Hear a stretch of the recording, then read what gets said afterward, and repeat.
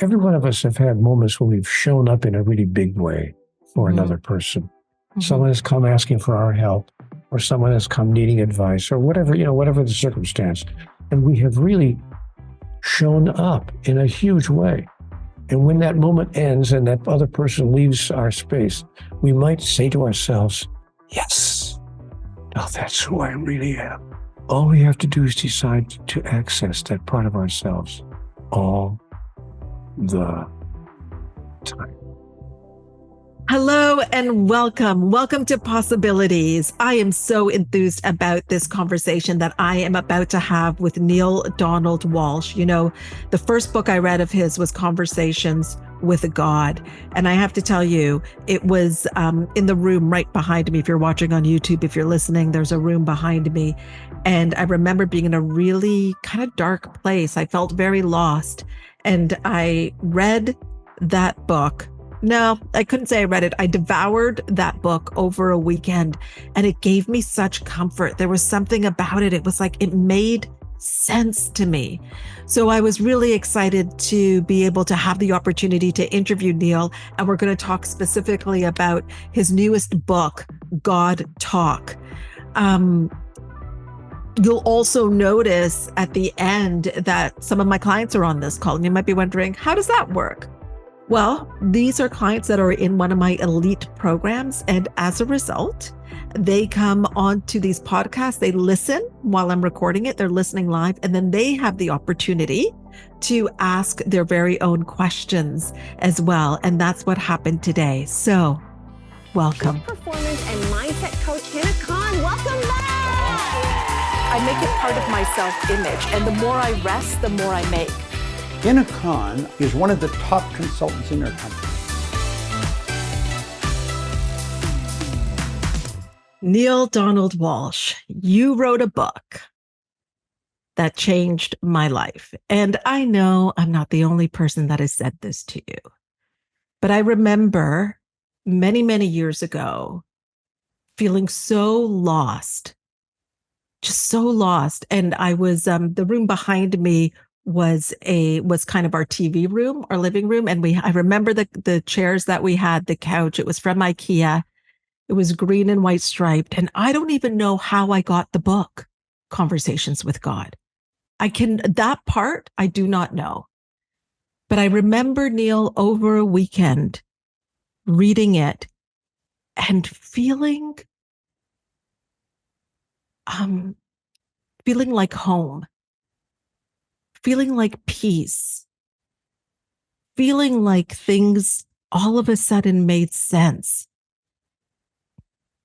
And so first and foremost, I just want to thank you for writing that book and putting it out into the world, because I know it changed my life and I know it changed millions of people's lives. I mean, you've heard what I've said. I'm sure you've heard it many countless times before. Those are nevertheless very kind words for you to say to me, and I appreciate those sentiments very much, and I received that energy with humility. I'm very clear that all I did was take dictation. I didn't do anything else. I simply, quite literally, took dictation. But I will admit that I was good at it. I was a reporter. I had been a newspaper reporter, so I knew how to take down what people were saying and get it accurately. So I did. I took dictation, and you know what? It never even occurred to me that it would become a book. I was having a very private, personal experience. I never intended to produce a book out of it, but I was told that it would become one day a book in the dialogue. I was told, Neale, this will one day be. You will make this into a book, and it will be accessed by many people. And I thought, no, that's not going to happen. Nobody's going to publish a book because a guy claims to be talking to God. It's not going to happen. So you know what? I sent it to a publisher on a dare. I mean, I was daring God. Okay, we'll see, because I really wanted to know, whether what God was telling me would happen. That was cement the deal for me and make it clear to me. Because I knew there wasn't, as I said, there wasn't one chance in a million. that somebody was actually going to publish this dialogue. But in fact, a small publisher on the East Coast of the United States did publish the book, and they thought it was a book of fiction. They really did. When he first called me, because I sent it to 2 or 3 publishers, he said, this is a great fiction book. He thought it was an interesting story about a guy, who goes off into the woods and has a conversation, has an argument with God. He thought it was great. I said, no, I will not allow you to publish it as a fiction book. Mm-hmm. And he said to me, are you telling me this actually happened to you? I said, yes, it's going on to this very day. He said, well, okay, we'll put it out as a nonfiction book, but it may not sell many copies because I think people are going to be pushed back by the title, and they're not going to want to believe this guy out there in Oregon, in the United States, thinks he's talking to God. We're not going to sell many copies. We're lucky if we sell 500 copies. And, he was right. It didn't sell 500 copies.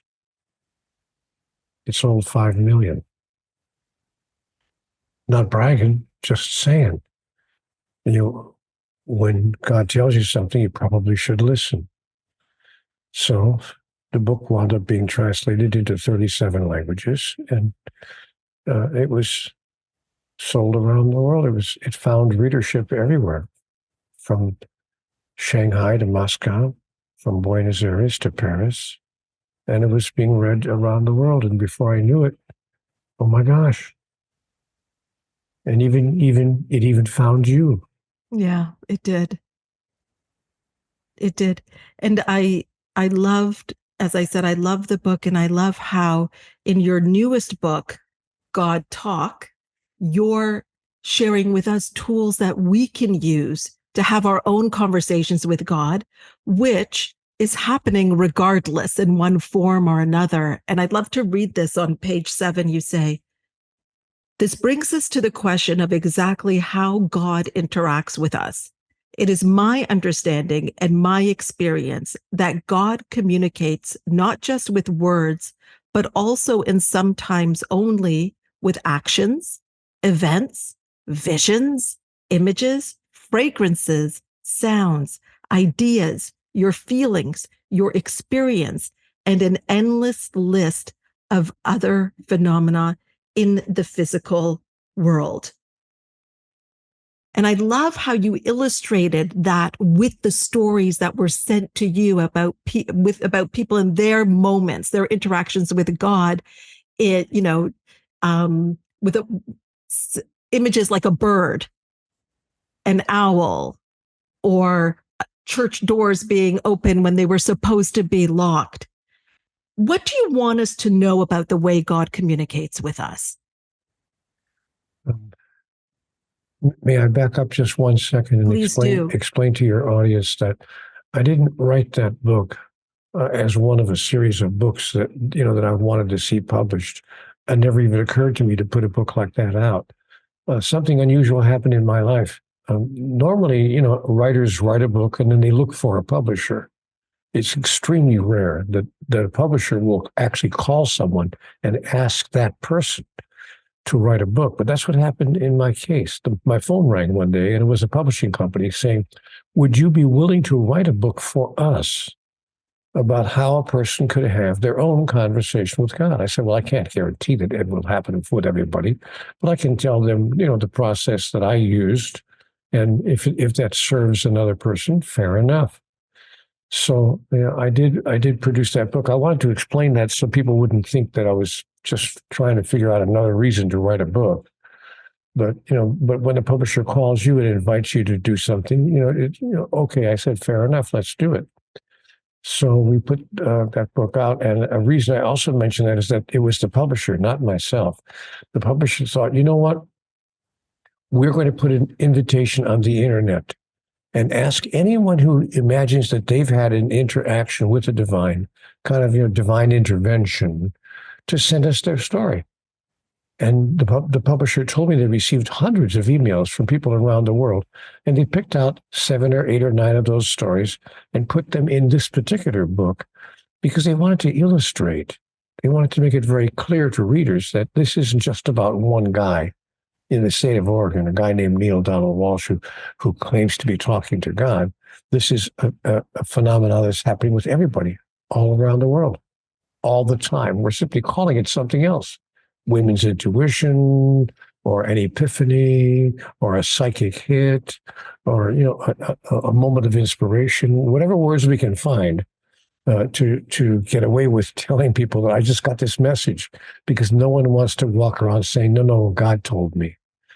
But to answer your question now directly, yeah, God speaks to us in 1,000 ways across 1,000,000 moments in 100 lifetimes.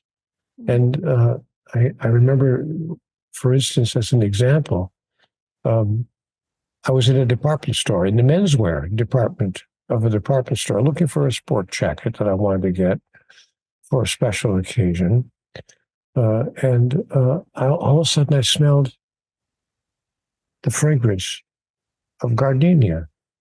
And I thought, oh, that's interesting. And I said to the man who was selling me the jacket, is the department store fragrance counter nearby, perfume section? He said, no, it's actually downstairs on the lower level. I said, it's on the lower level, but I'm smelling gardenia. He said, really? I don't smell that, but maybe, yeah, I don't know where that's coming from. So I thought coincidence, but of course, when I couldn't ignore it, because as it happened, gardenia was my mother's signature fragrance all of her life. And from the time I was 7 years old until the time I left my home of origin, I could smell my mom's gardenia. She wore it all the time. So, of course, when I got home, I picked up the phone and called her, because I couldn't imagine, why I was smelling gardenia in the menswear department of a department store. So I had one of the most important conversations, frankly, that I ever had with my mom. It's not like I was calling her every other day. She lived in a different state. I was a grown man. I was 50 years old, but we had a very important conversation about many things. We had a very loving relationship. By gosh, she left us shortly thereafter. If I hadn't made that telephone call out of the blue when I did, when I was signaled by life, call your mother. So that's why I put in the book, even something as hard to believe as a fragrance. God will use any device that is life itself, speaks to us in 100 different ways, 1,000 different ways, across all of our many lifetimes. So the trick is to pay attention. Pay attention to what's happening. You also say that the person who speaks with God is changed forever, especially if they put into practice what God has said to them. I think so. And I think that's what I did when I got home, when I made that phone call. Yes. I think we have to not only pay attention to the messages we're receiving from the universe, if you please, but not just pay attention to the messages, but act on them. Do something about it. Don't just say, well, that was interesting. That was an interesting experience. But step into action with regard to the messages you're receiving. So I have learned to do that in my life. Yeah. And you talk about energy and actually I love this part on page 11. Here's the deal. Now you're getting serious. You're saying, like, here's the deal, people. All of us are seeking a conversation with God all the time.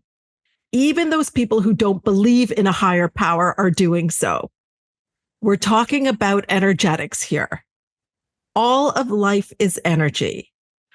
And we, that is all humans, along with everything else, plants, animals, stones, mountains, planets, suns, stars, clouds, wind, insects, you name it, are energy projectors. We are made of energy, we are absorbing energy, and we are projecting energy in every moment. And you go on to say, we are calling out from inside of us to something outside of us, whether or not we refer to it as God. That calling is received and responded to immediately. Really? immediately, Neale? Yes, because my answer is yes, my understanding is yes, and my experience is yes. The universe doesn't wait around. God is not hanging out saying, well, I'll talk to you in a couple of minutes, or maybe next week, or tomorrow afternoon. So yes, if we reach out with a question, we're going to receive some kind of impulse, some kind of response, some kind of answer at once. In my experience, immediately, and the trick is to not deny it. The trick is to not think, oh, I'm making it all up, or it was just a coincidence. There's a moment of serendipity, whatever. As an example, maybe I'm thinking about something in my head, some kind of a problem I'm trying to solve, and I'm driving down the road, and I turn the corner around it, and there are 8 words on a billboard that just happen to speak directly to what I'm thinking about. Or perhaps I'm in a coffee shop, and I just by chance overhear a conversation at the next table that just happens to be discussing what I am exploring in my own life. And I don't mean to be eavesdropping, but I can't help but notice the coincidence. I'm overhearing this conversation, and they're talking about a problem that I'm looking at in my own life. So, those kinds of moments, to say nothing of direct messages that come directly to me, So, yeah, I hear it instantaneously.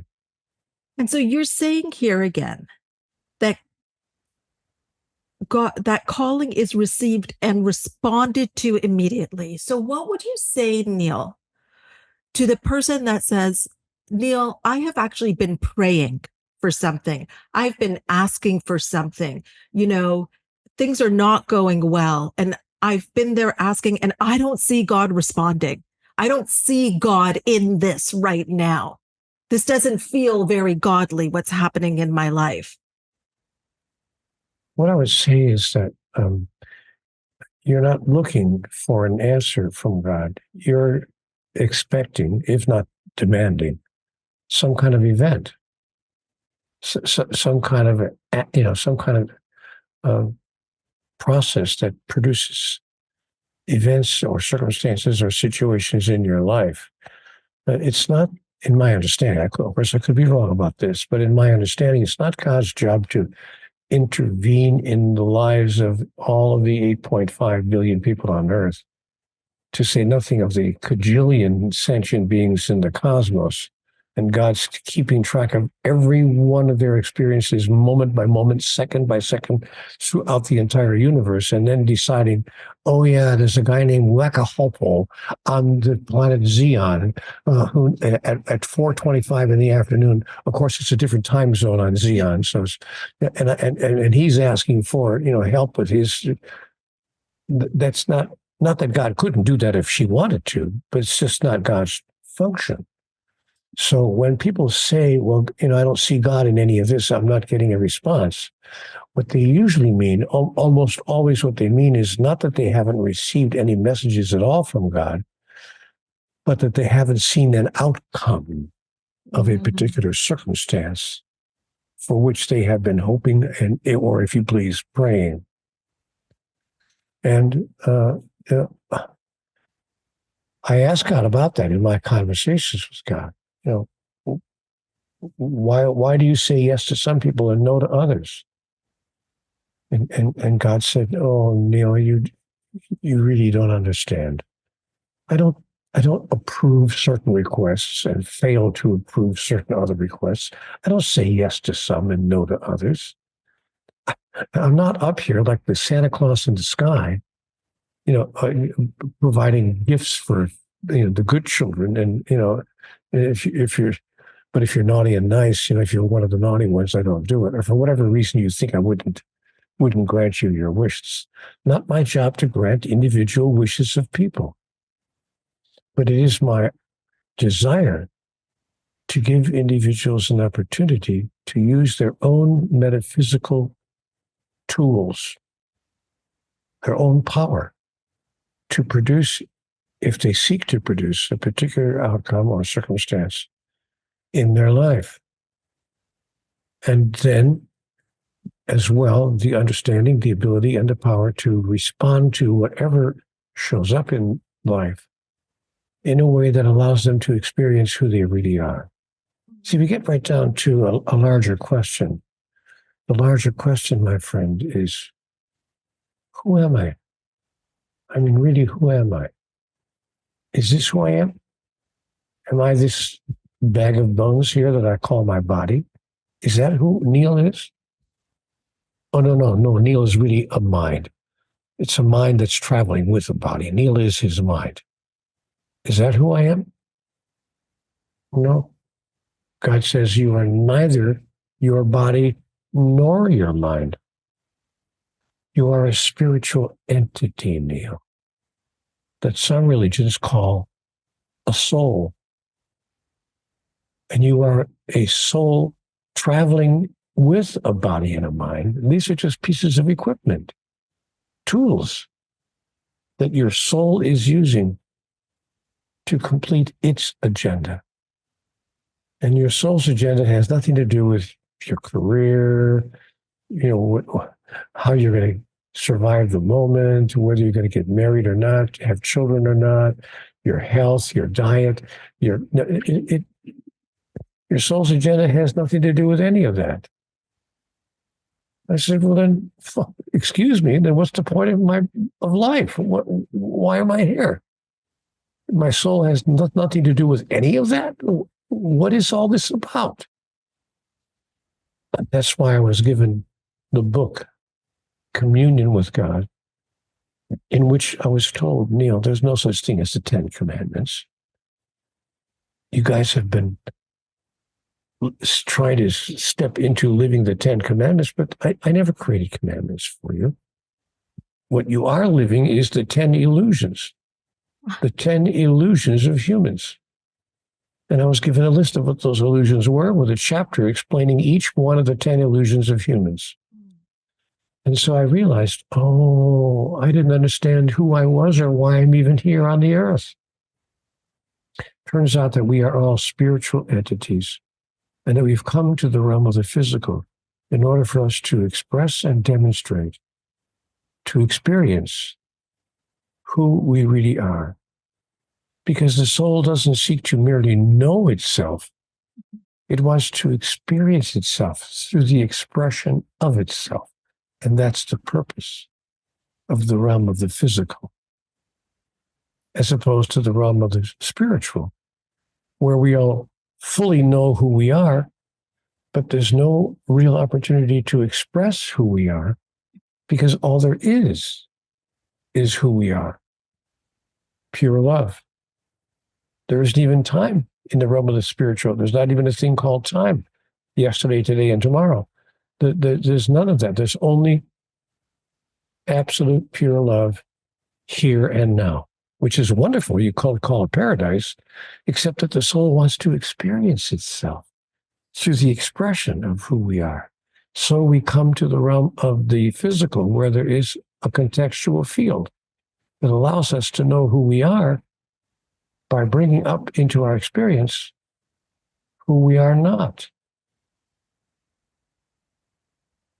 It's really quite simple. So, for instance, if I want to experience, I'm going to use a silly example just to make a point. If I want to experience myself as being 6 feet tall, I've always wanted to just know what it's like to be a 6 foot tall man. But what if I lived in a place called 6 foot tall world, where everything was 6 feet tall? Every plant, every tree, every flower, every house, every other person. What if everything in the universe was exactly 6 feet tall? Then I couldn't experience myself as 6 feet tall because there's nothing else. On the other hand, in the realm of the physical, there is a contextual field where some people are 5'7.5", and some flowers are only 6 inches high. And suddenly I realize, this is what it's like to be 6 feet tall. Now, when you translate that into larger questions, what's it like to be nice? What's it like to be wonderful? What's it like to be compassionate? to be caring, to be patient, to be understanding. And most important of all, what's it like to be loving? I want to experience myself as a loving soul. How can I do that when I'm in heaven and all there is love? It's wonderful, but I need... in the realm of the physical, here comes that which is not love. So, judge not and neither condemn, but love, love, love, even your enemies, and pray for those who persecute you, and do good to those who would do you evil. And when a man slaps you on the right cheek, turn and offer him your left. And when a man takes you to court and demands your coat, give him your shirt as well. And when a man demands that you walk 1 mile with him, go with him twain. Okay. Well, Neale, I think people can be like, okay, yeah, I can get behind maybe a little bit of it, but now give the shirt, now turn, like, offer the other cheek. It's so interesting where we have our own edges when it comes to something like that. Like, okay, yes, I could do this, I could do this, I could do this, but then we'll reach an edge. And I love what you had said about this contextual field. I mean, it makes sense that we can know ourselves when we have some contrast to allow ourselves to then experience ourselves as love. And you talk about the definition of God being pure love. So is that what you think the soul's agenda is, to experience pure love here in the physical? Yes. Or to be pure love in the physical? Yes, and to experience it through the demonstration and the expression of it. And there have been those who have done that. And it's not like, well, that's ridiculous, Neale. There's no human being could possibly do that. Then they haven't ever spoken to Julian of Norwich, or Mother Mary, or the guy named Jesus, or the man named Moses, or the fellow named Buddha, or the lady named Catherine of Genoa, or Muhammad, bless his holy name. We've had masters throughout human history, and they're walking the planet today. Talk to the Dalai Lama. Spend a half hour in the presence of the Dalai Lama. I had a wonderful opportunity in my life to have several encounters with a man named Thich Nhat Hanh. And he and I wound up appearing at several events simultaneously. And so I got to know, we weren't close friends, but I did get to know him on a personal level. I promise you, being in the room with Thich Nhat Hanh gives you an immediate, direct experience of what it's like to be in the presence of someone who's chosen to be love, pure love. But you know what happens, my friend, when I say in front of an audience that the definition of God is pure love? Some man in the back of the room will stand up and say, "Oh, Neale, come on. We've been listening to you for 20 minutes for you to tell us that the big revelation is that God is love. Everybody agrees that God is love. All the religions agree that God is love. Is that your big revelation?" And I have to say to them, no, that's not what I said. "Yes, it is. I just heard you say it." I said, no. I said God is pure love. Now my friend in the back of the room will say, "Okay, what's the difference?" Mm-hmm. And I have to explain, the difference is that pure love needs, expects, demands, and requires nothing in return. We can't even love the person in the pillow next to us that way. Yeah. Much less can we imagine a God who loves us that way. So we've decided that God loves us for sure, like the man said, but God is also judgmental, condemning, and punishing.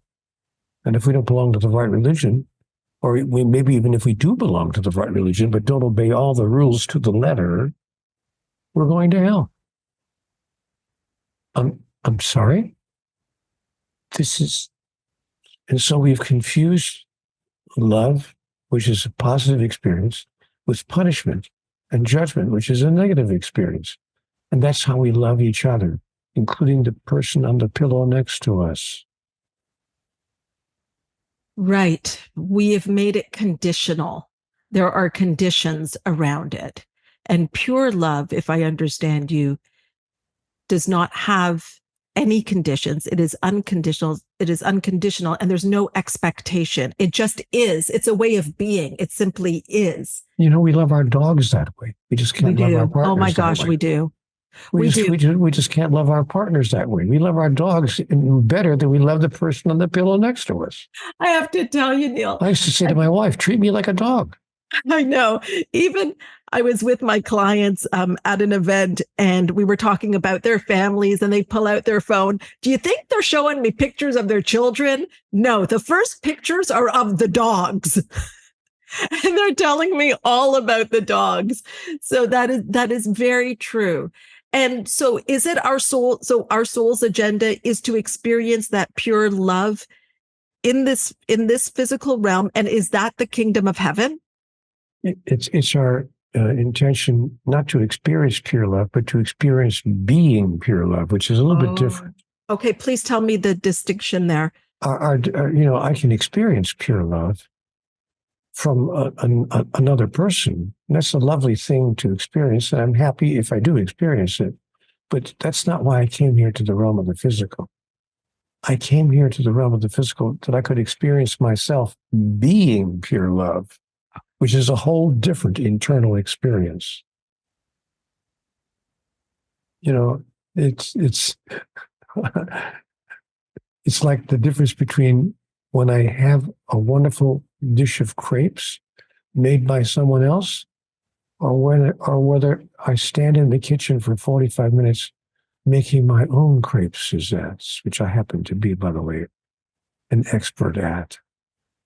I make the best crepes you'll ever have in the world. Thin as paper. Wow. It takes me 45 minutes because, I make the batter, I put all the different secret ingredients that I have, a touch of almond flavoring, a little bit of this, a little bit of that. And people have my little crepes. And is there a difference between my eating someone else's crepes and my making my own crepes and serving them to someone else? Of course there's a difference. Because the second part, when I make my own crepes and serve them to someone else, that's called self-expression. And that leads to an experience called self-realization. I've made myself real. I'm no longer a figment of my imagination. I need a moment. I need a moment for this. I need a moment to take this in. This is a self-realization. You have made yourself real. You are no longer a figment of your imagination. Wow. And we've all had moments like that. It's not like human beings don't know what it feels like from time to time.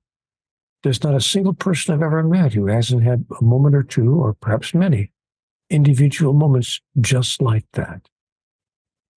We often experience those kinds of moments, excuse me if I'm being too specific, but we're all adults here, in the middle of a romantic liaison. Mm-hmm. We're having a sexual experience. Mm-hmm. And we've all had that experience in such a way that we were not trying to get anything out of it. We were simply there demonstrating who we really are. Giving. Okay. So, Neale, as you say that, I also think about the crepe example, which, by the way, I feel like to really decide if you are the best at making crepes, I may just have to come over. But anyways, we can arrange that. I promise you that I am the best. Okay. Perfect. I look forward to testing it out. but it makes me think that what you're saying though is that that moment of pure love is in the ordinary moments. Yes, because right? Like making crepes, and you have this self-realization. You realize, it's so good. There is no such thing as an ordinary moment. Every moment in life is extraordinary. We simply don't notice. We simply don't notice it until we do. And what makes it extraordinary, what makes every moment in our life extraordinary, is when we decide to bring to the moment an example, a demonstration, an expression of who we really are. Yeah. In that experience, we suddenly encounter how extraordinary the moment is. You know, I remember reading in, I think it was The Untethered Soul with Michael Singer, and he said, the moment in front of you is the most holy moment. Precisely. Precisely. And the sad thing is that the largest number of people don't realize that. And even those who do realize it don't experience it in as many of the moments of their life as they would like to. So the process of what is called self-realization is a process of bringing that awareness to as many of the moments of our life as we possibly can. Oh, so it's realizing those moments, as many as we can. That is the process. You know, I again, just to repeat myself, if I could indulge myself to do so, every one of us have had moments when we've shown up in a really big way for another person. Mm-hmm. Someone has come asking for our help, or someone has come needing advice, or whatever, whatever the circumstance. And we have really shown up in a huge way. And when that moment ends and that other person leaves our space, we might say to ourselves, yes, now that's who I really am. That's who I really am. All we have to do is decide to access that part of ourselves all the time. Really quite simple. I mean, the process is really quite simple. There's no mystery here. Well, I want to also, as you talk about process, get to your process around communicating with God. I love these steps. I love that you put these steps, Neale, because some of us, we enjoy a process. We like step 1, step 2, step 3, step 4, and you gave us the steps. And you said, step 1, the first step is to hold as a possibility the existence of a God at all. So I call step 1 possibility. Which is not a small step, because as we know, not everyone on the planet even agrees that there is such a thing as a higher power. So we have to agree that it's possible that there is such a thing as a higher power, or God, or Allah, or Brahman, Jehovah, Yahweh, whatever word we want to use that makes us comfortable with this essence, this divine essence that I happen to call God. So yes, we have to agree we can't have a conversation with God if we don't think it's possible that even a God exists. So yeah, that's the important first step. And when you talk about possibility, you're also talking about that it is possible that God exists, but that it is possible to have a two-way communication with the divine essence, you say in the book. Yes, that's the second level of possibility. Yes. Not only is it possible that God exists, but God will talk directly to human beings. And you know what's interesting? This gets us to the second step of my process. The second step of my process is what I call worthiness. Mm-hmm. Step 1, possibility. Step 2, worthiness. In other words, do we consider ourselves worthy to be spoken to by God? Here's what's interesting. Most people I would say all people who believe that God exists understand that God talks to human beings. I mean, we've been told that God spoke to Moses and gave Moses the Ten Commandments. And billions of people believe that God actually spoke directly to Moses. We believe that God spoke directly through and to Jesus. And billions of people believe that God spoke and speaks directly through Jesus. We've been told that God spoke directly and revealed himself directly to Muhammad, bless his holy name. And billions of people have accepted that God speaks. So I mean, and likewise with the female masters throughout the generations as well. Teresa of Avila, Julian of Norwich, Mother Mary. So no one who believes in God doubts that God talks directly to human beings. The question is whether God will talk directly to the first baseman for the New York Yankees. Probably not. And not to a porno star, and not to a guy running for office, who uses insults and flagrant violations of normal civility in order to get votes. So God doesn't talk directly to everybody, least of all me. Therefore, the second step is embracing our own worthiness, that God would speak even to me in spite of what I think of myself and in spite of what other people think of me. Am I worthy enough to be spoken to directly by God? Yeah. And the answer is, everyone is. God finds no person, no soul unworthy. Neale, I know people are hearing that, and we're going to go through all the steps, but I do feel that some people might be listening going, you mean like everybody, Neale? Like, come on.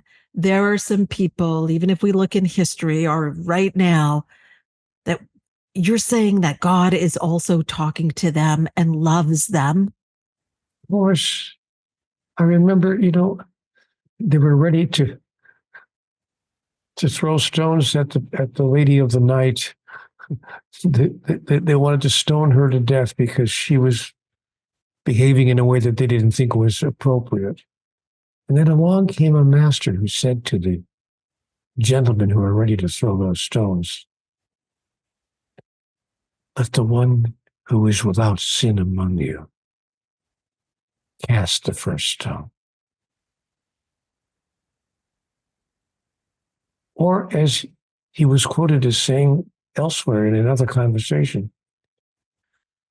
God causes the rain to shine on the evil and the good, and the rain to fall on the just and the unjust alike. God doesn't say yes to some and no to others because you crossed the line and you turned about. No.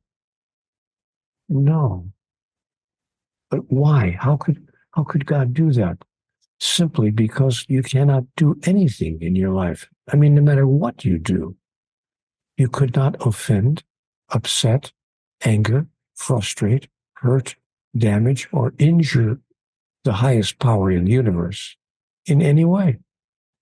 Any more than a 2-year-old child could do the same to you. You're at the 2-year-old's birthday party, and she's all excited because Mom has brought out the chocolate cake. Oh, chocolate cake, my favorite cake, my favorite cake. Oh, Mommy, my favorite cake. And she knocks over the glass of milk, which knocks over the next glass of milk, which knocks over the next glass of milk, which knocks over and pretty soon there's milk all over the table, including on Grandpa's brand new suit. But Grandpa says to the 2-year-old, "It's okay, sweetheart. Grandpa forgives you." Of course not. No grown man would even think that forgiveness is part of a transaction in that moment. The child is crying, aware of the mistake she made. The grandpa does not only fail to forgive the child, he actually comforts the child in the moment of her dismay, which is precisely how God interacts with us in the moment of our dismay. When we realize what we have said or done, and even if we don't, even if our biggest sin is not even realizing the injury that we are doing. God does not fail to love us without condition.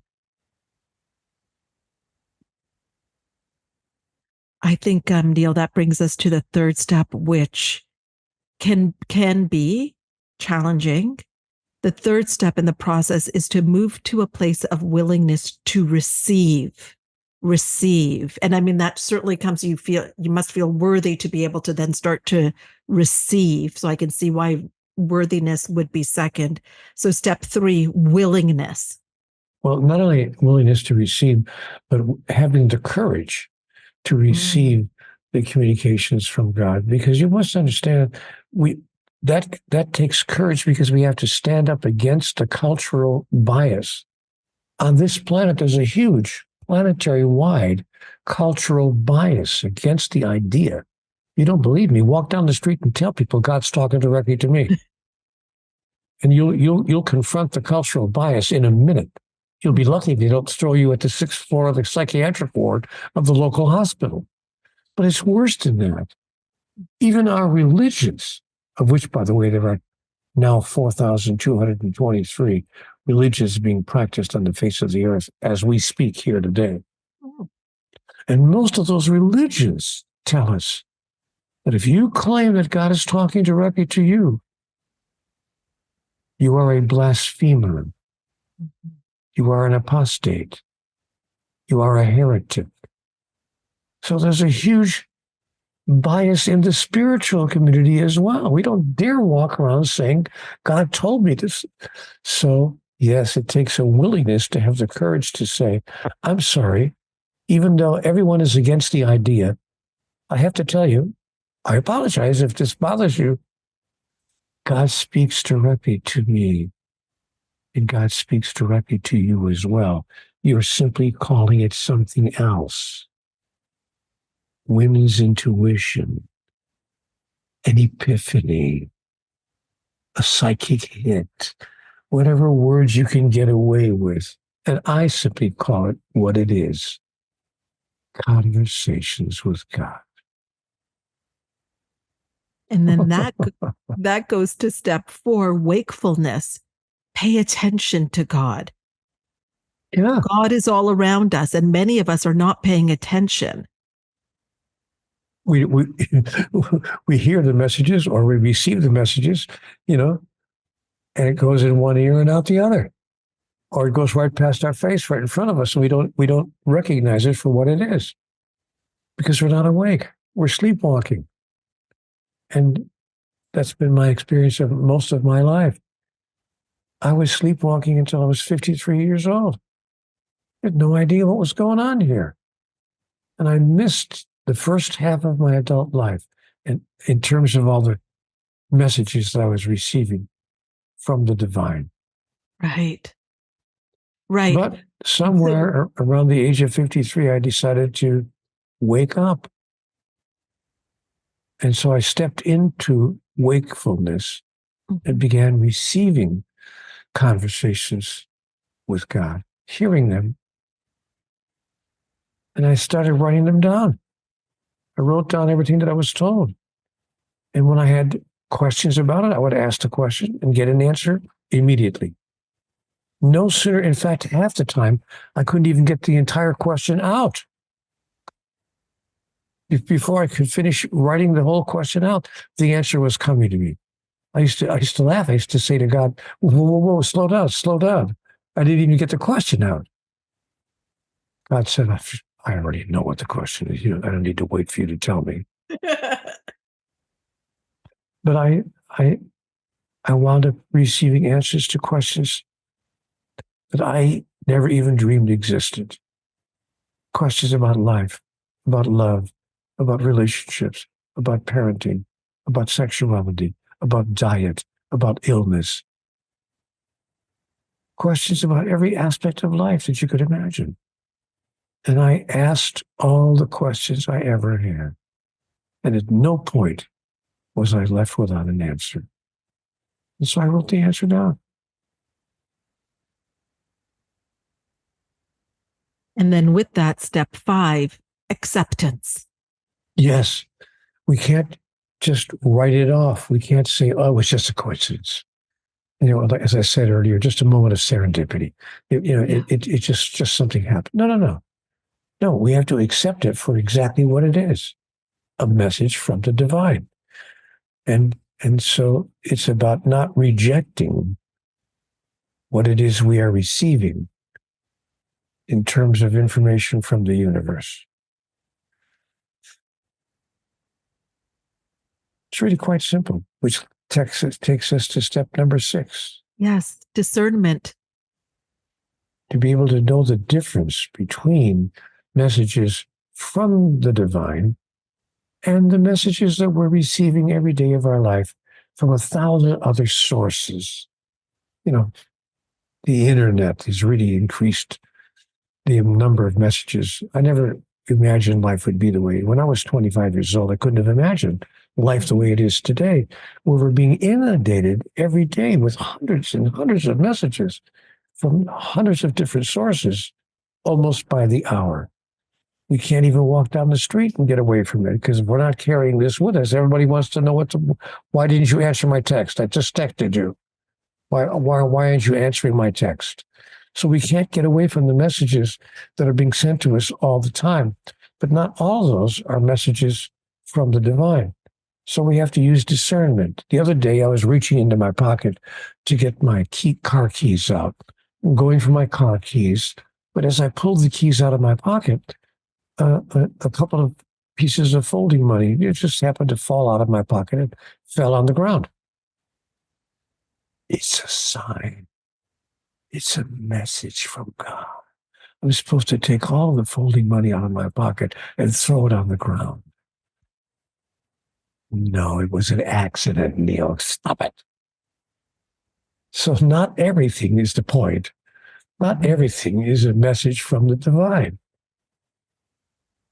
But if you're walking down the street and in a city, and there's a guy leaning up against a building and he's got a little bottle of 4 Roses in his hand. He's taking a couple of gulps. And there's a basket in front of him with a cardboard sign that says anything helps. Mm-hmm. Then you don't reach into your pocket for your car keys. You reach into your pocket for some of that folding money. And you put the folding money in his basket without a judgment. Oh, he's just going to use it in the wrong way. You put the folding money in the basket, hoping that you can empower him to find a better way to move through his own life. My dear, I don't know whether you are aware of it or not, but I spent a year of my life living on the sidewalk. I know what it's like to have a person look you in the face and say, oh, go get a job. I also know what it's like to have a person look at you and say, I'm sorry that life has been not as good to you as it's been to me. Here, maybe this can help. And I looked down and the guy put a $20 bill in my pocket, in my hand. And I think, oh my gosh. Oh my goodness. So do not judge. Judge not and neither condemn. Neale, I remember once, living in Toronto, I was passing a homeless person and I reached into my pocket and I think it was like a $5 bill. And do you know what I thought? I'm just going to say it. I'm going to be transparent. I was annoyed that the person didn't say thank you. That I was not giving in pure love. My ego was there wanting some acknowledgement. Look at what I have done. So I recognized that afterwards, and I thought, well, I was happy I was aware of that. I was happy that I was aware of that moment where my ego wanted something that was not pure love. I wanted something back to stroke my own ego about how generous I am. You're just loving yourself, using him as a means of getting love for yourself. Yes. That's how most people love each other. I'll do something for you in the hopes of getting something back. That's what we call love on this planet. But you know what? If I can't love you without needing, wanting, or even hoping for anything back, then I haven't learned how to love at all.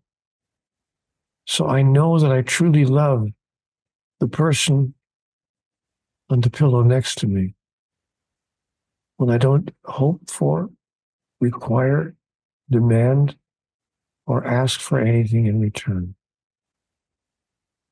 Then I've stopped loving myself, using them as simply an instrument.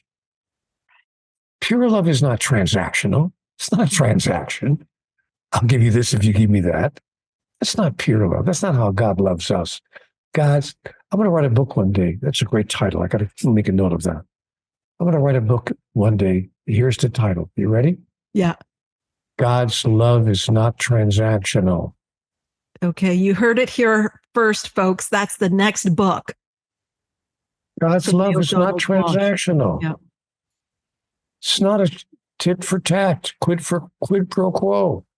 It's not a this for that situation. It's not a bargaining device. I gotta put that down. God's love is not transactional. So let me ask you something, Neale. Was that idea, that epiphany, that thought, was that God talking to you? Hello? Hello? Hello, I'm here. Excuse me, getting a phone call here. Yeah, I know. I told her. I just told her it was you. But okay, relax. I told her. Okay, I got it. Thanks. Occasionally, I get phone calls directly. Neale, I wanted. I got to be careful. People think I'm serious. My wife says to me, honey, people don't understand your sense of humor. They think you really meant that. I've been around you now long enough to understand your sense of humor. Thank goodness. But in the beginning, do you know what you did, Neale? I don't even know if you remember this. It was our very first session.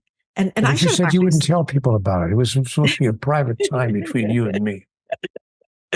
Spoiler alert, everybody. This is how the session started. Tell me everything. And now I got to say, Neale, like that's a big question, or it felt like a big question to me. Even the dogs, I don't know if you heard them when they were like, yeah, that was a big question, Neale. Tell me everything. And I was like, I was just kind of taken with the question. I was like, I don't know. And then you said, well, then I guess we're done. And you closed your video and it looked like you left. And if you could have seen my face, which maybe you could because you didn't leave, I was like, and I was like, well, that was the shortest session I've ever had. But then you came back and we continued. So yes, I got a taste of your sense of humor in the first session. Okay, Neale. I love you. First of all, let me just tell you that I love you. I love you, That's a Neale. sweet thing to say. Thank you. That's a nice thing. I received that with humility and gratitude. Thank you. You also say, and this I think is just so good for people to understand about this idea of intend to begin and intend to complete. Yeah, I think, life proceeds out of our intentions for it. And many people have wonderful ideas and even receive wonderful information from the divine as to what their next best step could be in life. But they decide that, yeah, I'm going to do that. I'm going to do that. But they don't really intend to begin. And so life proceeds out of your intentions for it. And even those who do intend to begin, they say, okay, I'll start tomorrow. Absolutely. I'll beginning tomorrow morning at 9:00, I'll begin. But then they don't intend to end. They procrastinate. They take longer than they could possibly need to take in order to complete whatever the project or the undertaking at hand might have been. So yeah, intend to begin and intend to complete. And that's a matter of using your brain power, your mind power, your metaphysical power to bring things to origination and completion. Because if we don't do that, with focus, with mental focus, that we're not using the tools that we've been given by the divine. because everything is energy, and intention sets an energy and places energy into the universe that draws to it all the conditions and circumstances that could support the intention that you have set. And the same thing is true about completion. So when you decide to do something that's really important, decide when you're going to complete that particular project. For instance, I've written many books. I never write a book without deciding ahead of time the date on which I will finish it. So if somebody calls me, like this publisher did, to write this book called God Talk, she said, would you write the book? I said, sure. And I said, let's agree right now on the phone in this very first call when you're going to get the book. We picked a date around 4.5 months later. I said, okay, that'll be the date. And I made an intention to complete the book on or before that date. I've never written a book since my first two or three, but since then I learned. I've never written a book since that time that I didn't set the intention clearly on when I would finish it. And that's true about every other project that I undertake in my life, whatever it might be. So it's really important, even if it's something as silly as cleaning up the kitchen. I'm going to clean up the kitchen no later than 1 o'clock this afternoon, not 4 o'clock, not 12 o'clock tomorrow evening. I'm going to have it done by 1 o'clock this afternoon. So I've learned in my life to set an intention, whether it's a small item or a major item, which allows me to feel accomplished. I love that. I love that life proceeds out of the intention. So I was told. That we are setting. I would love to open it up to my clients that may have some questions for you, Neale. So if my clients you can show your video now. We'll all gather together. We've got time probably for a few questions. And Jean, I know you had a question for Neale. So I'm going to bring you. Hi there. Hi, Neale. Firstly, I wanted to thank you for your wisdom, your teachings, and I've been a fan of yours since you wrote your first book, which was, I think, decades ago now. Don't know exactly when I read it. I think it was in the early 90s. Most of the questions you have answered by some of the things being transactional. I'm a big devoter. I should say big devoter. I've always had a strong connection to God, my higher power, which I call God. And I'm just wondering, sometimes I forget that connection. I feel like I actually forget. Life just gets busy and I fall away from it. And I wanted to know how one can cultivate it and discern God's voice from our own voice at times, because I feel like, as you said, there's a lot of messages that come from external, such as the internet, news, etc., and other people. But I also feel like sometimes within my own teachings and learning and growing, there's a lot of messages that are coming from me. So how do I know how to discern between God's wisdom and mine? I was just wondering if you could speak to that, please. Messages from God are always characterized, and I'm going to say inevitably, by three energetics: joy, peace, freedom. And of course, it stands to reason, love, but joy, peace, and freedom. So if any message is not a message that contains joy, peace, and freedom, if it contains worry or wonderment or, gee, maybe I'm wrong, or I hope it works out, or anything less than total peace, absolute joy, and complete freedom, then it probably is coming from our mind or from some source, maybe even outside of our own mind, like like we talked about, the internet, or from some other person. But if what I'm feeling inside is characterized in fullness by joy, peace, and freedom, then I realize, okay, that's a message from the divine. Now, in terms of how to cultivate that connection. Cause that connection to be felt whenever we, on demand. It's just a question of deciding that, God's waiting for us to knock on our door, and knock on the front door. I will always be there. So, or to put it another way, even before you ask, I will have answered. Beautiful. So when I'm aware of that, it never even occurs to me anymore. It did in the early moments, but it doesn't even occur to me that God wouldn't be there instantly. So I don't have to cultivate my connection with God. I simply have to remember and recognize, that is to recognize, to know again, that my connection is inevitable and eternal. Now, the fastest way I know how to do that in the external world in which I live is to cause another to experience it, which is why I continue to produce classes, seminars, programs, writings. Every single day of my life is engaged in activities that allow me to offer other people an opportunity to experience what I want to experience. So, what one of the most wonderful messages I ever got from God in conversations with God, she said, Neale, whatever you want in your life, more money, more love, more companionship, more understanding, more of anything, whatever you want more of in your life, cause someone else to have more of it in theirs. Be the source. Do not be the seeker. Seek not, but be the source of it in the life of another. And it becomes like magic. You become literally a sorcerer. It's like, beautiful. It's like magic.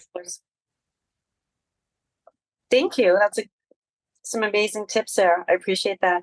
I just have one other question, which maybe the group could speak to if there's not a lineup, and that is, when people are desperate, they know their life is on the line. They call the God card, I call it. Like even 9/11, people were phoning their loved ones and expressing how much they love them. Why do you think it's so prevailing in that moment that people connect to God suddenly when there's an element of life or death on the line? Well, I think the reason is obvious. I think they recognize and realize that what all of us want is a larger experience of what all of us are. We want to experience ourselves. And we know that we are, in fact, defined by one word, love. We are love. Now, whether we're pure love or conditional love is another matter. But we do know that we are love, and we know that we thrive because we are all one. So in moments when we think our life is on the line, we experience the ultimate reality that we are all one. And we seek to communicate and experience our oneness with all those, really with anyone, who will receive that energy with openness and unconditionality. It makes sense. Thank you very much. Thank you for your time. There's a wonderful story. Remember that picture from the New York Times from 50 years ago when the war ended and the sailor and the strange lady met on the street of New York because it was the day the war ended, and he lifted her up with a joy. It was nothing sexual about it. It was just one human being with another human being expressing complete and total happiness and total joy. Of course. And everyone who saw the picture got it. We all got it. Of course. Total strangers would embrace each other in a moment like that. Of course. Beautiful. Thank you. You're welcome. I hate to say that I was alive, actually, when that picture was taken. My first question was, do I look that old? But maybe I do. No, but I am that old. Thank you, Sean. Thank you for the question. We've got time for one more question. Catherine Barnett, did you have a question? You did. Okay, beautiful. I'm going to bring you up. Please ask your question to Neale. Thank you. Hi, Neale. So great to meet you and listen today. So Happier Than God, I love your chapter, and I bet you've had a lot of questions about why life becomes contrary. Um, and I've read it lots of times. And you talk about, what you resist persists, and do not oppose, compose. Can you speak a little more about that? Is it kind of like when everything is going the way you don't want, to just focus on what you do want? Would that be what you're saying? Yes. And as you just said a minute ago, do not resist when what you don't want is showing up in your life. Because what you resist persists. The act of resisting something places energy on it, which is the irony that I didn't learn until I was 53 years old. But what was amazing for me is that when I stopped resisting what I didn't want and simply chose to just leave it alone, let it be, it tended to dissolve and move away out of my life much more quickly. But that which I resisted hung in there and became a regular part of my life for as long as I continued to resist it. So yes, it's not just about refocusing your life on something more positive. That's an important thing. But for me, it's giving up resistance. Resist not evil. We've been given these messages thousands of years ago. This is not new age information. Resist not evil. Mm-hmm. So yes, so it's just a matter of, I hate to sound almost embarrassingly trite, but it's a matter of going with the flow. Go with the flow. And it will flow right past you if it's something you do not choose to hang on to over an extended period of time. I love that. Go with the flow. That's helpful. Thank you. And because it's simply the opposite. As I was mentioning earlier in this call, earlier in this program, unless the opposite of who you are arises in your life in some way, who you are cannot be experienced. Therefore, raise not your fist to heaven and curse the darkness not, but be a light unto the darkness, that you might know who you really are. And that all those whose lives you touch might know who they really are as well. Thank you. You're welcome. Thank you, Catherine. Yeah, I love in Happier Than God, in that chapter, Catherine, when Neale says, the law of opposites is based on the fundamental and founding principle of all life. In the absence of that which you are not, that which you are is not.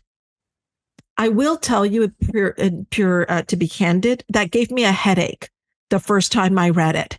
I was like, okay, I got to break this down, Neale. And I'm glad that the next sentence you said was, I know, that's not a very clear sentence. I appreciated the validation, because I was like, but I think I'm understanding it more and more. In the absence of that which you are not, in the absence of that which you are not, that which you are is not, because you can't experience it. In the absence of the darkness, you can't experience the light. Yeah. It's really quite simple. You can walk around in your head and say all you want all day long, I am the light, I am the light, I am the light. And you can actually be the light, but you can't express yourself and demonstrate that you are the light unless you're what? Oh, I see. In the darkness. Which is why every master of every religious tradition has told us, judge not and neither condemn, but be a light unto the darkness. Mm-hmm. Even Catherine Marr gets that one.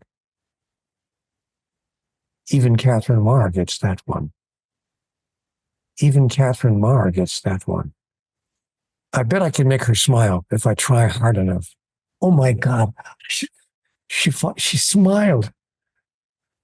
Thank you. Thank you. That was very sweet and very gentle of all of you. And thank you for having a good sense of humor, Catherine, and all of you. Thank you for being here with me. I've enjoyed this time immensely. Thank you, Neale. Have a beautiful rest of your day. I'm going to do my very best. Bye for now. Bye for now. Well, that was an amazing conversation with Neale Donald Walsch. I hope you enjoyed it and took lots of notes. Thank you for listening. And you know what to do. You know what to do. Rate, review, subscribe, download, do all of the things. And I'll see you here next time. Bye for now.